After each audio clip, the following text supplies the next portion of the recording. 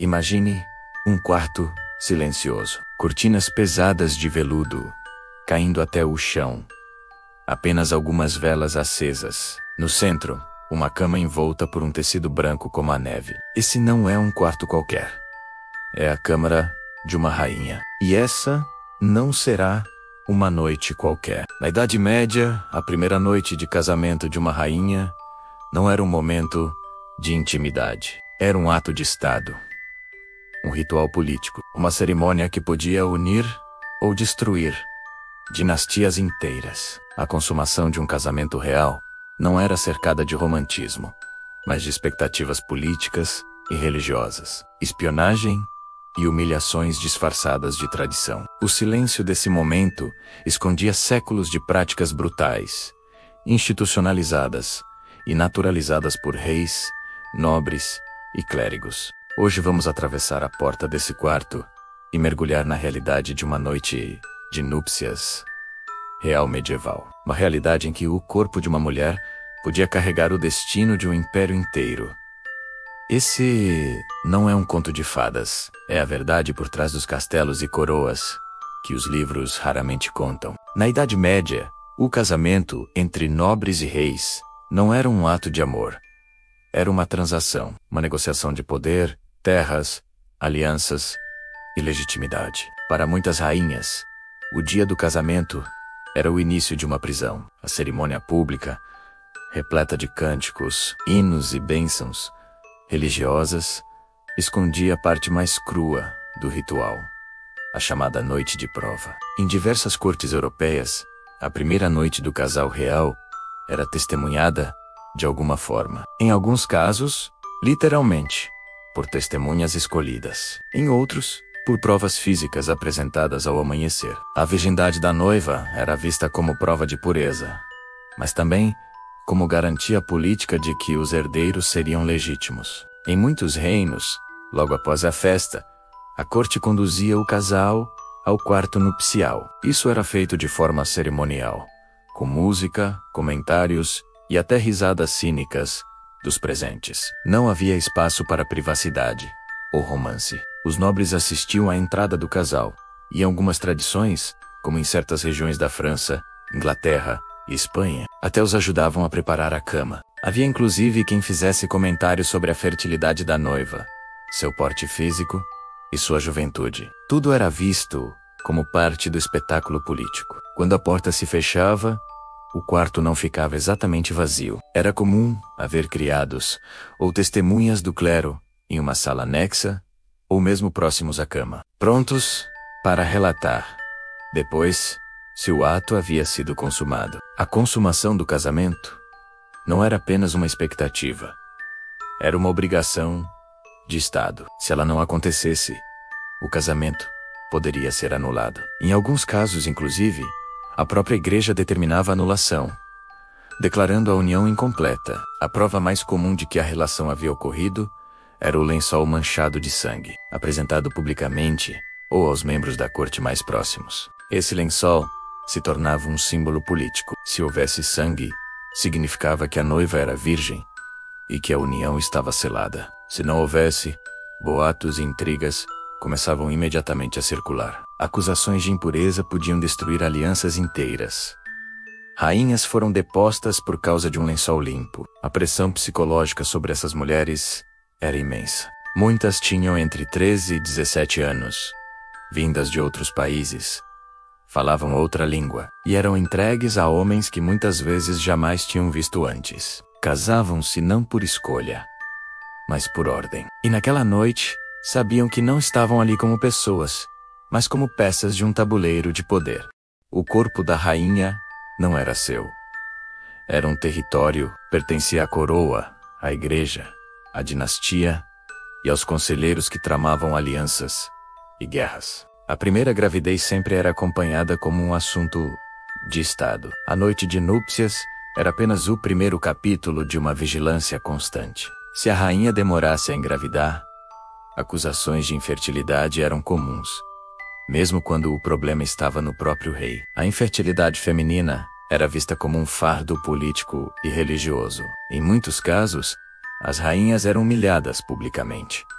afastadas ou substituídas. Em algumas cortes, como na França dos Capetos e em certas regiões germânicas, havia práticas ainda mais invasivas. Médicos e parteiras eram chamadas para examinar a rainha antes e depois da noite de núpcias, certificando-os de que a virgindade existia e de que a consumação havia ocorrido. O corpo da mulher era reduzido a uma prova de contrato político. Era inspecionado como se fosse uma terra a ser tomada e cultivada. Os homens, em contrapartida, raramente eram questionados. A virilidade do rei era presumida, mesmo quando ele não conseguia consumar o ato. Existem registros de casamentos anulados por impotência do monarca.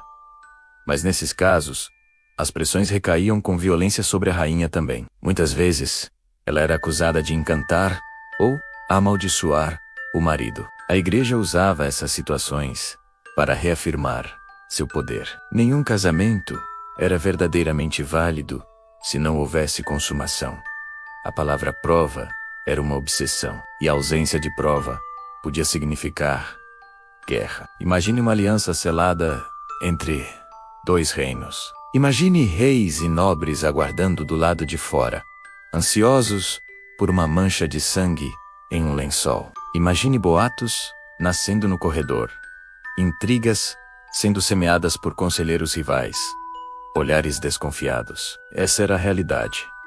E havia mais. Em certas tradições nórdicas, e também em regiões germânicas e francesas, havia a prática de testemunhas assistirem à consumação da união. Podiam ser conselheiros, membros do clero ou pessoas de confiança da corte. Eles permaneciam próximos, muitas vezes literalmente no mesmo quarto, ouvindo tudo e depois jurando publicamente que o ato havia sido consumado. Para as rainhas jovens, isso era um trauma profundo. Elas eram ensinadas desde crianças a temer essa noite. Era comum que fossem preparadas por freiras, amas ou damas de companhia, que lhes explicavam que sua dor seria a honra de um reino. Choros silenciosos eram considerados normais, esperados, até celebrados como sinal de virgindade preservada. O sofrimento feminino era romantizado como sacrifício político e religioso.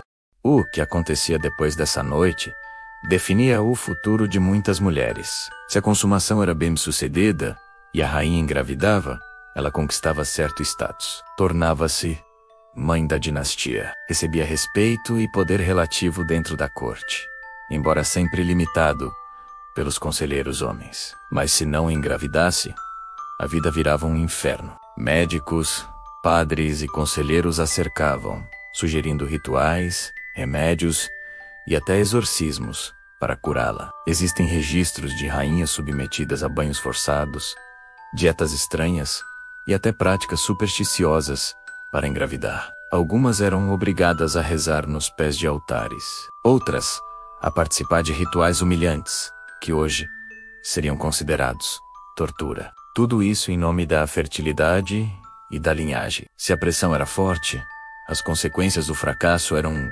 cruéis. Rainhas eram repudiadas, exiladas ou mandadas para conventos. Outras eram assassinadas sob acusação de adultério ou bruxaria. O corpo que antes era exaltado como símbolo da pureza real se transformava rapidamente em um fardo. A história está cheia de exemplos. Catarina de Aragão, rainha da Inglaterra, foi humilhada por não gerar um herdeiro homem para Henrique VIII. Teve também Maria Antonieta, foi vigiada e ridicularizada pelos atrasos em sua consumação e gravidez. Rainhas francesas e espanholas foram expostas a exames íntimos para comprovar sua fertilidade. Esses episódios não eram exceções, eram sim parte desse sistema.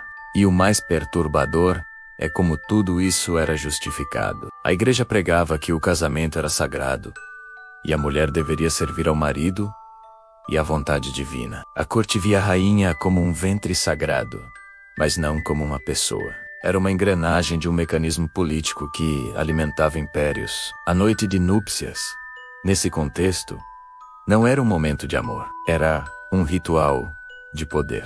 E quando esse poder falhava, as consequências não se limitavam à vida da rainha. Uma união não consumada podia gerar guerras, rupturas de alianças e disputas de sucessão sangrentas. A cama de uma rainha podia determinar o destino de um continente.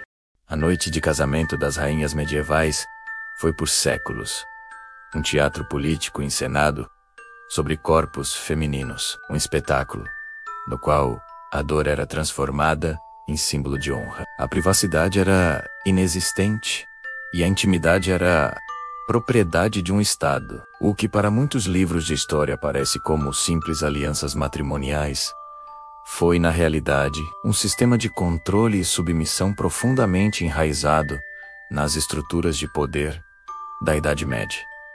Essas mulheres, muitas vezes esquecidas pelos relatos oficiais, carregaram em silêncio o peso de impérios inteiros. Foram vítimas de um sistema que as transformava em instrumentos de poder, mas também protagonistas involuntárias de mudanças políticas e religiosas gigantescas. Cada lençol manchado, cada gravidez ou ausência dela, cada cerimônia de casamento real teve impactos que atravessaram fronteiras, derrubaram reis e levantaram exércitos. Quando falamos de castelos, coroas e heróis medievais, raramente falamos da realidade das rainhas na noite de núpcias, mas é impossível compreender a verdadeira história da Europa medieval sem encarar esse lado obscuro. A história, afinal, não é feita apenas de batalhas e tratados, mas também de quartos silenciosos, corpos usados como contratos e lágrimas que nunca foram registradas.